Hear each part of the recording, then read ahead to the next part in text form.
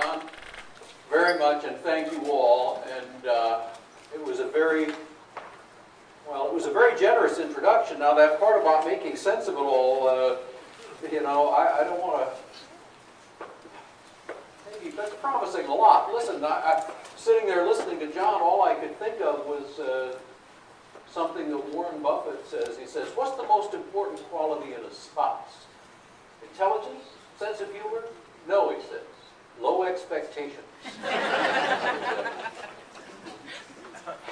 He's a wise, that's a different talk entirely, Howard.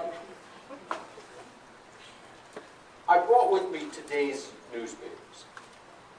And I just want to read you 3 headlines from today, because I think they pretty well set the stage for what we're going to talk about here for the next little bit. First one is from today's USA Today. Retail sales drag stocks down.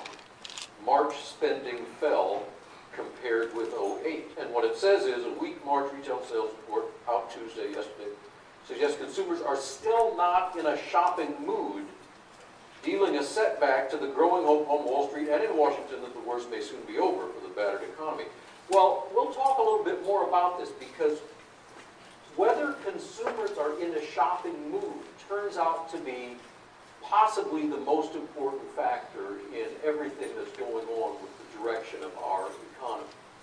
And the way consumers have been behaving has been very, very unusual by historians. And so this latest report today is just the latest in the continuing story of what American consumers are doing. But this turns out to be critically important, and one of the things we should be following most closely as we try to figure this all out. Second headline says, Fannie CEO Allison is expected to be nominated to run Treasury's TARP, a move that would leave Fannie and Freddie without long-term CEOs. Well, to me, the significance of this, they took the guy who was running Fannie Mae, who had been brought in last September, you may recall, when the government took over Fannie Mae. And they're moving him to run the TARP program. Well, okay, so Fannie and Freddie don't have long-term CEOs. That does certainly have to be dealt with.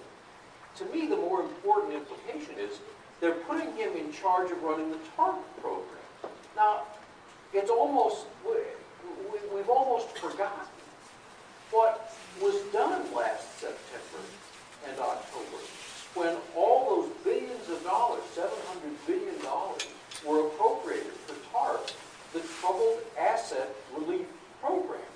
And since then, as far as I can tell, not a single troubled asset has been relieved, right? I mean, of that $700 billion, none of it has been used to buy the troubled assets. All of them are still sitting there on the balance sheets of these financial institutions. And as long as they are sitting there and that's unresolved, the economy has a hard time moving forward. And so this is one of those other things that we really need to keep a close eye on. What's happening with the troubled assets and toxic securities and so forth that are still in the financial system? Because as long as the financial system is seized up, nothing very good is going to happen in the economy. It is certainly unfreezing bit by bit, but the TARP issue has to be dealt with. So this move that somebody is being put formally in charge of it sounds at least like a good start. Third and final headline. Federal tax refunds to individuals are up 15% through April 3rd, helping to buttress consumer spending, but the refund effect could soon fade. Well, it faded almost immediately, as we saw in the March retail sales report. The larger point here is we could think of the tax refunds as a sort of automatic part of the stimulus program, right? We automatically give tax refunds that will be a little greater this year than they were last year because people don't have the incomes that they had, so they'll get more refunded. And yet, they don't expect it to have much effect on retail. And this is a little bit of an indicator, I fear, but also think, with regard to the stimulus program more generally. meaning giving people money in hopes that they'll spend it, is an iffy proposition because people tend to take a long-term view of their incomes.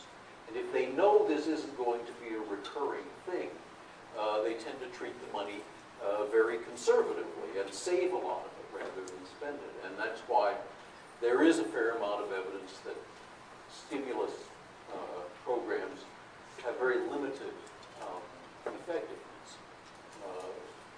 That's a sort of advanced view of this because the real stimulus program hasn't kicked in at all yet.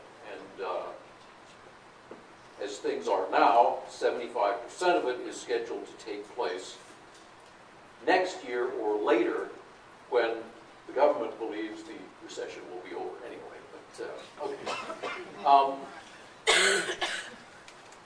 I'm going to talk a bit about what is going on in the economy, how we can try to figure out what's going on, and what I see the best companies and best business leaders doing in response to this very unusual economic situation we're in.